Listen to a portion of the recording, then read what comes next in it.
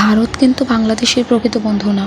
কারণ এইবার যে ওরা কাজটা করলো, ওরা যে পানি ছেড়ে দিল, এই পানির ফলে যে কত মানুষের কত ধরনের সমস্যা হচ্ছে, এই জিনিসটা না বললেই না। আমাদের নিজের দেশের মানুষ যেখানে গ্যাস পাচ্ছে না, গ্যাসের সুবিধা পাচ্ছে না, সেখানে অন্য দেশের কাছে, ভারতের কাছে হচ্ছে গ্যাস বিক্রি করে দিল। ভারতের কাছে টনের উপর টন হচ্ছে তারা ইলিশ দেয়, কিন্তু বাংলাদেশের মানুষের কিন্তু সামর্থ্যও হয় না যে ওরা ইলিশ কিনে খাবে, কারণ ইলিশের কেজি, ইলিশের দাম দর এত বেশি পায় না। কিন্তু ভারত তো আমাদের কোনো বন্ধু না, ভারতকে এত বেশি প্রায়োরিটি দেওয়ার কী দরকার?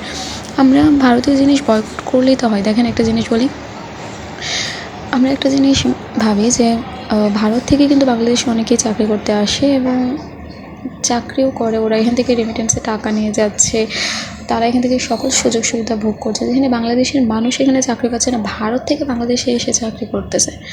এটার কী যুক্তি, কেমন যুক্তি আমি আসলে বলতে পারবো না, কিন্তু ভারতীয় মানুষ যারা আছে, আমার মনে হয় না যে ভারত আমাদের বন্ধু। কারণ ওরা সবসময় আমাদেরকে একটা ছোট্ট জাতি হিসেবে দেখছে। ওরা সবসময় মনে করে যে বাংলাদেশে আসলে কোনো অস্তিত্ব থাকতোই না, বা বাংলাদেশের কোনো অস্তিত্ব নাই, বাংলাদেশ খুবই ছোটো, বাংলাদেশ একটা গরিব রাষ্ট্র, এইসব জিনিস মনে করে। তো নিজের দেশকে যদি উপরেই ওঠাতে হয়, নিজের দেশকে যদি রক্ষা করতে হয়, তাহলে এই যে মিথ্যা বন্ধুত্ব ভারতের সাথে, এটা যে না, সেটা আমাদেরকে সর্বপ্রথম বুঝতে হবে। এবং আসলে বয়কট কেন করা হচ্ছে না, কেনই বা বয়কট করা হচ্ছে না? ওদের ভারতীয় জিনিস, ওদের অনেক ফ্যাক্টরিজ আছে। আমাদের বাংলাদেশে কিন্তু ভারতীয় অনেক ফ্যাক্টরিজ আছে, তো সেই ফ্যাক্টরিগুলো কেনই থাকবে, সেই মানুষগুলো কেন থাকবে?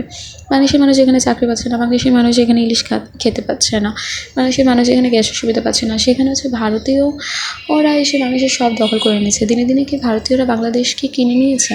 এই কথাটা হচ্ছে মানে কি বলবো, আসলে কোনো কিছু বলার নাই। কিন্তু একটা জিনিস কি, যে আমাদের এই যে এত বন্যা হচ্ছে, এই যে বন্যার টাইমে তৌহিদ আফ্রিদি, তারপর হচ্ছে ফারাজ করিম, ওরা ওরা আসলে যা করছে আমাদের সাথে, স্টুডেন্টদের সাথে অনেক ভুল করছে।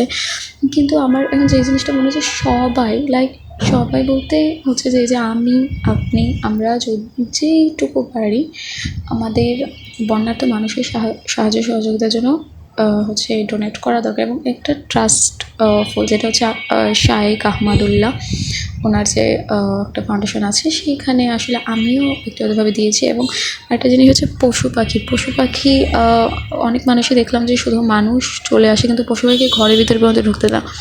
যেহেতু বিপদে পড়েছেন, পশু পাখিরও সাহায্য করেন, মানুষেরও সাহায্য করেন, ইনশাল্লাহ ভালো কিছু হবে। আর মানে যতটুকু সম্ভব আমাদের বিশ্ববিদ্যালয় থেকেও মানে ফান্ড তুলে হচ্ছে দেওয়া হচ্ছে।